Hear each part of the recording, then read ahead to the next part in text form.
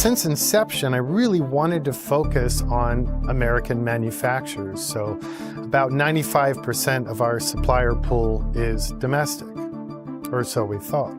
You got to see what's happening. They all want to come back to Michigan and build cars again. You know why? Because of our tax and tariff policy.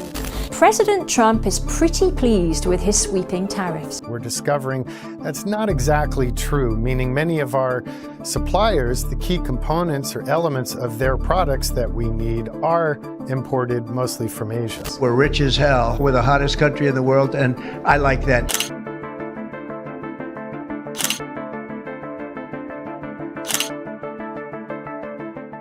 You've got to see what's happening. Companies are rushing back to Michigan to rebuild their car factories. Why? Because of the tax and tariff policies that have been put in place. When these policies were first introduced, the aim was clear: to focus on strengthening American manufacturing, to protect domestic jobs, and to reduce the reliance on foreign suppliers. The idea behind these tariffs was simple: make American-made goods more competitive by making foreign imports more expensive.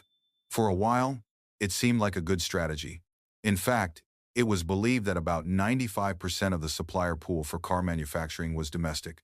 But here's the thing. As companies began to dig deeper into their supply chains, they realized that wasn't entirely true. Many of the key components that were essential to building these cars were still being sourced from overseas, particularly from Asia. The reality is far more complicated than just bringing jobs back to the US. What these tariffs have done is make car manufacturing more expensive. Not just for foreign manufacturers, but also for American companies.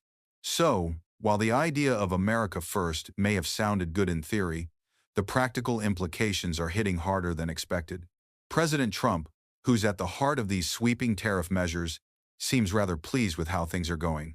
He often boasts about how the U.S. is rich as hell and how the country is now the hottest country in the world. While these sentiments may appeal to his base, the truth is that these policies are not delivering the promised results. Instead of bolstering American industry, they've introduced a massive amount of uncertainty and rising costs into the economy. What we're seeing now is the impact of these policies. Factories that were once the backbone of American industrial might are now silent. Think about Detroit and Ohio, two cities that once thrived because of the auto industry. They now stand as stark symbols of decline. These vast plants that once churned out thousands of vehicles each day now have locked gates, broken windows, and parking lots that stand eerily empty. The streets that used to hum with the activity of hardworking Americans are now quiet, devoid of the life that once defined these communities. The towns that once relied on the auto industry as their primary source of employment are now facing an economic collapse. What once were thriving neighborhoods are now economic dead zones. Local businesses are closing, and families are struggling. The question on everyone's mind is simple: how did we get here, and what happens next? In just 9 months, unemployment in these areas has doubled. And while this number may seem like just a statistic, for the people living in these communities, it's a constant reminder of how far their lives have fallen. Once vibrant towns are now filled with abandoned homes, businesses, and factories. And as companies retreat from the U.S., these communities are left wondering if they'll ever recover. Could this be the moment that marks the irreversible decline of America's once proud auto industry? For years, the auto sector was one of the pillars of American strength. But now, it's starting to look like the beginning of the end. As companies pack up and leave, these regions are left with nothing but the remnants of a forgotten era. One of the most high-profile companies to suffer under these tariffs is Tesla. Once hailed as the crown jewel of American innovation, Tesla has found itself caught in the storm of these tariffs. In just one quarter, Tesla was hit with an additional $300 million in operating costs because of the duties imposed by the U.S. government.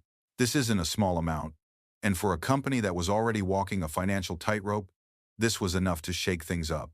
The market reacted quickly and brutally. After the tariff announcement, Tesla's stock dropped by 20%, erasing billions of dollars from its market value. Investors, who had once seen Tesla as untouchable, began to panic. And it wasn't just the tariffs that hurt. Tesla also quietly moved its flagship 4,680 battery program to Quebec, attracted by a fine $1.2 billion incentive package that Washington couldn't match. This wasn't just about shifting production, it was about survival. The loss of this program was a huge blow to the U.S. economy. Tesla, which had been seen as a symbol of American innovation, was now looking for a way out, and Canada was providing a more favorable environment. But that wasn't the end of Tesla's problems. When the government rolled back emissions penalties, Tesla lost another $2.8 billion in carbon credit revenue. For Tesla, this was a devastating blow, as the carbon credit revenue had been keeping the company's balance sheet healthy. Without this cushion, the viability of Tesla's American operations came into question. Once seen as the future of the American auto industry, Tesla is now another example of an American company being pushed out by tariffs. It is no longer a company that can proudly stand as a symbol of U.S. innovation. Instead, it has become the latest casualty in the growing trend of companies leaving the U.S. to find more favorable conditions elsewhere. But Tesla isn't alone. The weight of the tariffs has fallen just as heavily on Cadillac, a name once synonymous with American prestige. Cadillac, which has long been a symbol of luxury and power, is now struggling to stay afloat. A 25% tariff on imported vehicles has pushed the price of every model higher, sometimes by as much as not 10-0. Take the Escalade, Cadillac's flagship SUV. This vehicle has long been the status symbol for affluent families across the U.S. But now, with the price tag reaching nearly 93.0, it's simply out of reach for many families who once aspired to own one. This is a major problem for Cadillac, and it's not just about the price increases, it's about the loss of customer loyalty. The people who once bought Cadillac cars now find themselves unable to justify the skyrocketing prices. For a company that relied on middle-class customers aspiring to own a piece of luxury, the rising prices are a huge hurdle. In Tennessee, General Motors has already announced that it will halt production of its electric vehicle models, the LAR and Vistique, by the end of 2025. This move effectively stalls the company's electric ambitions in the U.S. and marks a significant setback for a company that had long been seen as a leader in electric vehicle development. Local leaders are starting to speak out, and in Arlington, Texas, the mayor issued a blunt warning. The tariff regime is killing jobs. For workers already bracing for layoffs, the mayor's words feel less like political rhetoric and more like a harsh confirmation of the grim future they feared. While Cadillac's troubles seem severe, they pale in comparison to the hemorrhaging experienced by some of the largest players in the American automotive industry. Ford, a name once synonymous with American resilience and strength, has also been forced into retreat. Ford, like so many other companies, is facing massive losses. In fact, the company has already reported losses of over $1.5 billion, a number that continues to grow as more and more plants shut down across the country. In Chicago and Michigan, Ford has already begun closing down its facilities, leaving nearly 9,000 workers without jobs in just a few months. These aren't just numbers. These are real people, real families, who are now struggling to get by. For them, the loss of these jobs isn't just about wages. It's about a way of life that has been lost. Neighborhoods that once thrived with the constant hum of factory shifts are now eerily silent. The gates of Ford's plants are locked, and the once bustling streets near the factories are now quiet. These once strong communities are now facing a future where economic vitality seems like a distant memory. Across the Atlantic, Stellantis, the parent company of Chrysler, Jeep, and Dodge, has suffered just as brutally, with losses of $2.3 billion. It's clear that this global automaker is facing serious challenges of its own. As the impact of the tariffs continues to grow, Stellantis has been forced to lay off nearly 900 workers across its U.S. facilities. Multiple assembly lines have been frozen indefinitely, further undermining the company's ability to compete in the U.S. market. This is another example of how tariffs, which were meant to protect domestic jobs, have instead caused the loss of thousands of jobs and put entire communities at risk. What started as a policy designed to protect American workers has instead accelerated the loss of jobs in the very industries it was supposed to protect. Instead of strengthening America's industrial base, it has created a situation where companies are questioning whether they can continue to produce in the U.S. at all. For Ford and Stellantis, the question is no longer about weathering a temporary storm. It's about whether they can even survive in the U.S. market.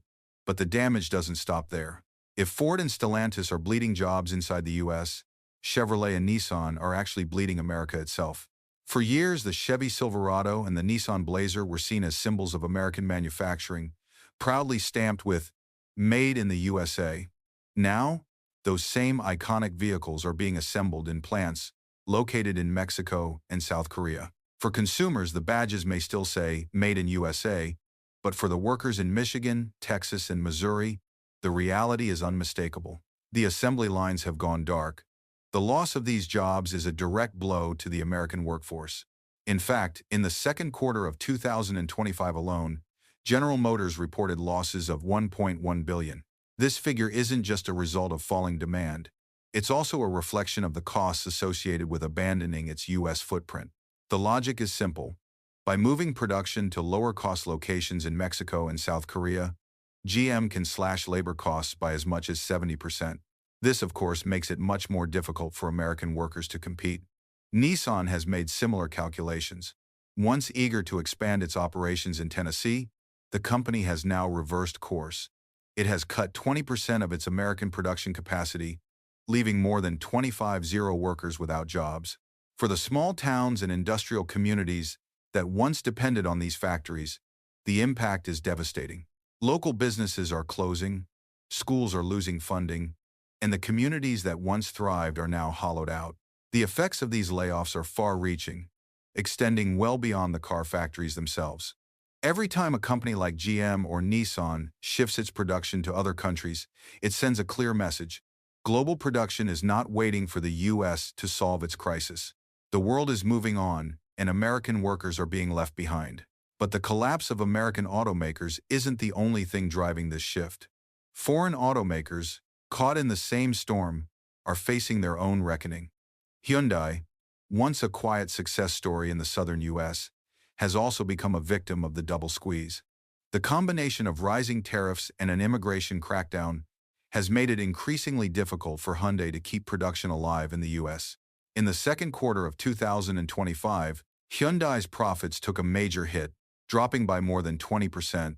Analysts are warning that the price of popular models could rise by as much as 30 to 60, making it even harder for Hyundai to maintain its competitive edge in the U.S. market. What was once an affordable alternative to pricier U.S. brands is now in danger of becoming just as expensive as its competitors. But it's not just about the numbers. At Hyundai's battery plant in Georgia, federal agents carried out one of the largest immigration raids in recent memory, detaining 475 workers in a single sweep. This raid exposed just how dependent modern manufacturing is on migrant labor. The raid left production schedules in chaos, as managers scrambled to fill shifts, and local suppliers found themselves without orders.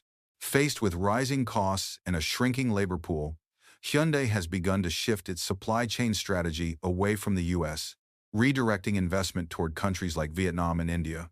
This shift doesn't just reduce American jobs, it sends a message to other foreign automakers that the U.S. may no longer be a reliable base of operations. For Washington, this is another warning sign. Policies designed to protect American industry are instead accelerating its flight abroad. While companies like Hyundai are pulling out of the U.S., competitors in other parts of the world are quietly seizing the opportunities left behind. Every departure, every shuttered assembly line adds weight to a growing national bill that's becoming impossible to ignore. For American families, the damage shows up first in the showroom. New vehicles now carry an average price increase of 3.0, and pickup trucks along the backbone of rural and working-class life have surged by as much as 9.10. What was once a household purchase is now a luxury many simply cannot afford. The consequences ripple outward. Auto loans are already climbing to record highs, stretching family budgets to their breaking point. Insurance premiums, tied to the rising price of cars, have followed the same trajectory, adding hundreds of dollars per year to household expenses. For younger Americans entering the job market, owning a car, the basic ticket to economic mobility, in much of the country is slipping further and further out of reach. As the effects of the tariffs continue to spread, the U.S. economy is feeling the pain. Analysts are warning that the U.S. could lose between $45 billion and $75 billion in output, with inflation climbing higher by another 1.3%. Auto sales have plummeted by nearly 1 million units, falling to an annual volume of just 15 million. This decline reverberates far beyond car dealerships. State governments are losing tax revenue, suppliers are facing bankruptcy, and local economies that once thrived on factory jobs are seeing their main sources of income vanish.